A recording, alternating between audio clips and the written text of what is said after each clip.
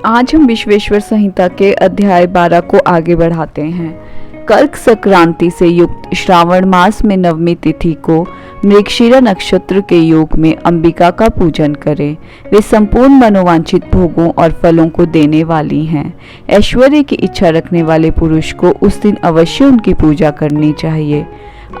अश्विनी मास के शुक्ल पक्ष की नवमी तिथि संपूर्ण अभिष्ट फलों को देने वाली है। उसी मास के कृष्ण पक्ष की चतुर्दशी को यदि रविवार पड़ा हो तो उस दिन का महत्व विशेष बढ़ जाता है।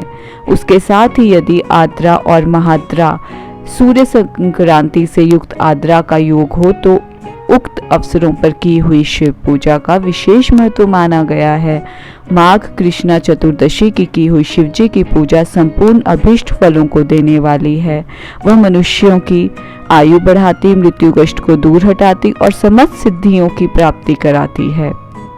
ज्येष्ठ मास में चतुर्दशी को यदि महाद्रा का योग हो अथवा मार्गशीर्ष मास में किसी भी तिथि को यदि आद्रा नक्षत्र हो तो उस अवसर पर विभिन्न वस्तुओं की बनी हुई मूर्ति के रूप में शिव की जो 16 उपचारों से पूजा करता है उस पुण्यात्मा के चरणों का दर्शन करना चाहिए। भगवान शिव की पूजा मनुष्यों को भोग और मोक्ष देने वाली है, ऐसा जानना चाहिए। कार्तिक मास में प्रत्येक वार और तिथि आदि में महादेव जी की पूजा का विशेष महत्व है। कार्तिक मास आने पर विद्वान पुरुष दान, तप, होम, जप और नियम आदि के द्वारा समस्त देवताओं का षोडशोपचारों से पूजन करें। उस पूजन में देव, प्रतिमा, ब्राह्मण तथा मंत्रों का उपयोग आवश्यक है। ब्राह्मणों को भोजन कराने से भी वह पूजन कर्म संपन्न होता है। पूजक को चाहिए कि वह कामनाओं को त्याग कर पीड़ा रहित शांत हो देव आराधना में तत्पर रहे। कार्तिक मास में देवताओं का यजन पूजन समस्त भोगों को देने वाला, व्याधियों को हर लेने वाला तथा भूतों और ग्रहों का विनाश करने वाला है। कार्तिक मास के रविवारों को भगवान सूर्य की पूजा करने और तेल तथा सूती वस्त्र देने से मनुष्यों के कोढ़ आदि रोगों का नाश होता है। हरी, काली मिर्च, वस्त्र और खीरा आदि का दान और ब्राह्मणों की प्रतिष्ठा करने से क्षय के रोग का नाश होता है। दीप और सरसों के दान से मिर्गी का रोग मिट जाता है।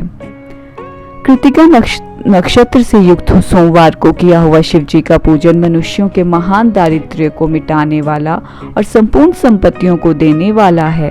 घर की आवश्यक सामग्रियों के साथ गृह और क्षेत्र आदि का दान करने से भी उक्त फल की प्राप्ति होती है। कृतिका युक्त मंगलवार को श्री स्वंद का पूजन करने से तथा दीपक एवं घंटा आदि का दान करने से मनुष्य को शीघ्र ही वाक सिद्धि प्राप्त हो जाती है। उनके मुंह से निकली हुई हर एक बात सत्य होती है। कृतिका युक्त बुधवारों को किया हुआ श्री विष्णु का यज्ञ तथा दही भात का दान मनुष्य को उत्तम संतान की प्राप्ति कराने वाला होता है। कृतिका युक्त गुरुवारों को धन से ब्रह्मा जी का पूजन तथा मधु, सोना और घी का दान करने से मनुष्यों के भोग वैभव की वृद्धि होती है। कृतिका युक्त शुक्रवारों को गजानन गणेश जी की पूजा करने से तथा गंध, पुष्प एवं अन्न का दान देने से मानवों के भोग्य पदार्थों की वृद्धि होती है। उस दिन सोना, चांदी आदि का दान करने से वंध्या को भी उत्तम पुत्र की प्राप्ति होती है। कृतिका युक्त शनिवारों को दीपमालों की वंदना, दिग्गजों, नागों और सेतुपालों का पूजन, त्रिनेत्रधारी रुद्र, पापहारी विष्णु तथा ज्ञान दाता ब्रह्मा का आराधन और धन्वंतरी एवं दोनों अश्विनी कुमारों का पूजन करने से रोग, दुमृत्यु एवं अकाल मृत्यु का निवारण होता है तथा तात्कालिक व्याधियों की शांति हो जाती है। नमक, लोहा, तेल और उर्द आदि का त्रिकुट, सौंठ, पीपल और गोल मिर्च, फल, गंध और जल आदि का तथा घृत आदि द्रव पदार्थों का और स्वर्ण, मोती आदि कठोर वस्तुओं का भी दान देने से स्वर्ग लोक की प्राप्ति होती है। इनमें से नमक आदि का मान कम से कम 1 प्रस्थ सेर होना चाहिए और स्वर्ण आदि का मान कम से कम 1 पल। धन की संक्रांति से युक्त पौष मास में उषः काल में शिव आदि समस्त देवताओं का पूजन क्रमशः समस्त सिद्धियों की प्राप्ति कराने वाला होता है। इस पूजन में अगहनी के चावल से तैयार किए गए हविष्य का नैवेद्य उत्तम बताया जाता है। पौष मास में नाना प्रकार के अन्न का नैवेद्य विशेष महत्व रखता है। मार्गशीर्ष मास में केवल अन्न का दान करने वाले मनुष्य को ही संपूर्ण अभीष्ट फलों की प्राप्ति हो जाती है।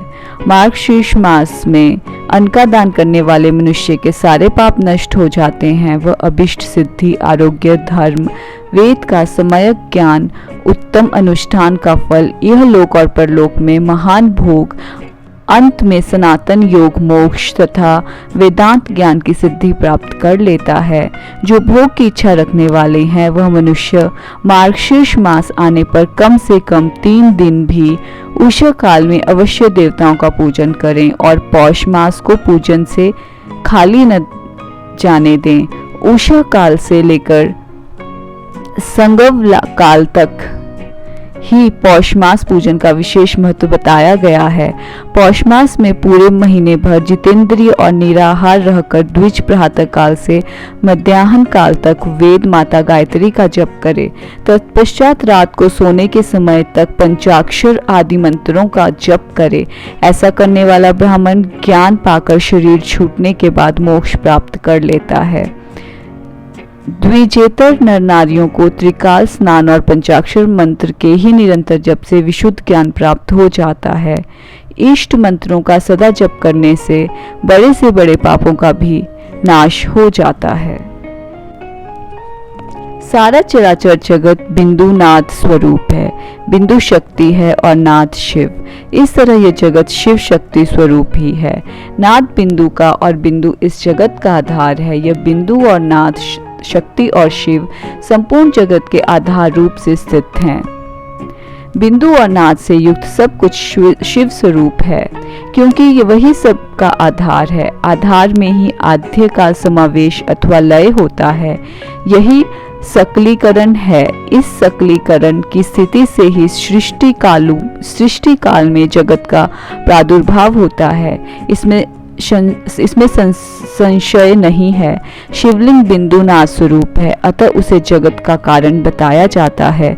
बिंदु देव है और नाद शिव। इन दोनों का संयुक्त रूप ही शिवलिंग कहलाता है। अतः जन्म के संकट से छुटकारा पाने के लिए शिवलिंग की पूजा करनी चाहिए। बिंदु रूपा देवी उमा माता है और नाद स्वरूप भगवान शिव पिता। इन माता पिता के पूजित होने से परमानंद की ही प्राप्ति होती है। अतः परमानंद का लाभ लेने के लिए शिवलिंग का विशेष रूप से पूजन करें। देवी उमा जगत की माता हैं और भगवान शिव जगत के पिता। जो इनकी सेवा करता है उस पुत्र पर इन दोनों माता पिता की कृपा नित्य अधिकाधिक बढ़ती रहती है। माता देवी बिंदु रूपा नाद रूप शिव पिता। पूजिताभ्याम पितृभ्याम तु परमानंद एव ही। परमानंद लाभार्थ शिवलिंग प्रपूजयेत। सा देवी जगताम माता स शिवो जगतः पिता। पितरों शुश्रूष के नित्यम कृपधिक्यम ही वर्धते। वे पूजक पर कृपा करके उसे अपना आंतरिक ऐश्वर्य प्रदान करते हैं। अतः मुनीश्वरों, आंतरिक आनंद की प्राप्ति के लिए शिवलिंग को माता पिता का स्वरूप मानकर उनकी पूजा करनी चाहिए। भर्ग शिव पुरुष रूप हैं और भर्गा शिवा अथवा शक्ति प्रकृति कहलाती हैं। अव्यक्त आंतरिक अधिष्ठान रूप गर्भ को पुरुष कहते हैं और सुव्यक्त आंतरिक अधिष्ठानभूत गर्भ को प्रकृति। पुरुष आदि गर्भ है, वो प्रकृति रूप गर्भ से युक्त होने के कारण गर्भवान है, क्योंकि वही प्रकृति का जनक है। प्रकृति में जो पुरुष का संयोग होता है यही पुरुष से उसका प्रथम जन्म कहलाता है। अव्यक्त प्रकृति से महत्वादि के क्रम में जो जगत का व्यक्त होना है यही उस प्रकृति का द्वितीय जन्म कहलाता है। जीव पुरुष से ही बारंबार जन्म और मृत्यु को प्राप्त होता है। माया द्वारा अन्य रूप से प्रकट किया जाना ही उसका जन्म कहलाता है। जीव का शरीर जन्म काल से ही जीर्ण 6 भाव विकारों से युक्त होने लगता है, इसीलिए उसे जीव संज्ञा दी गई है।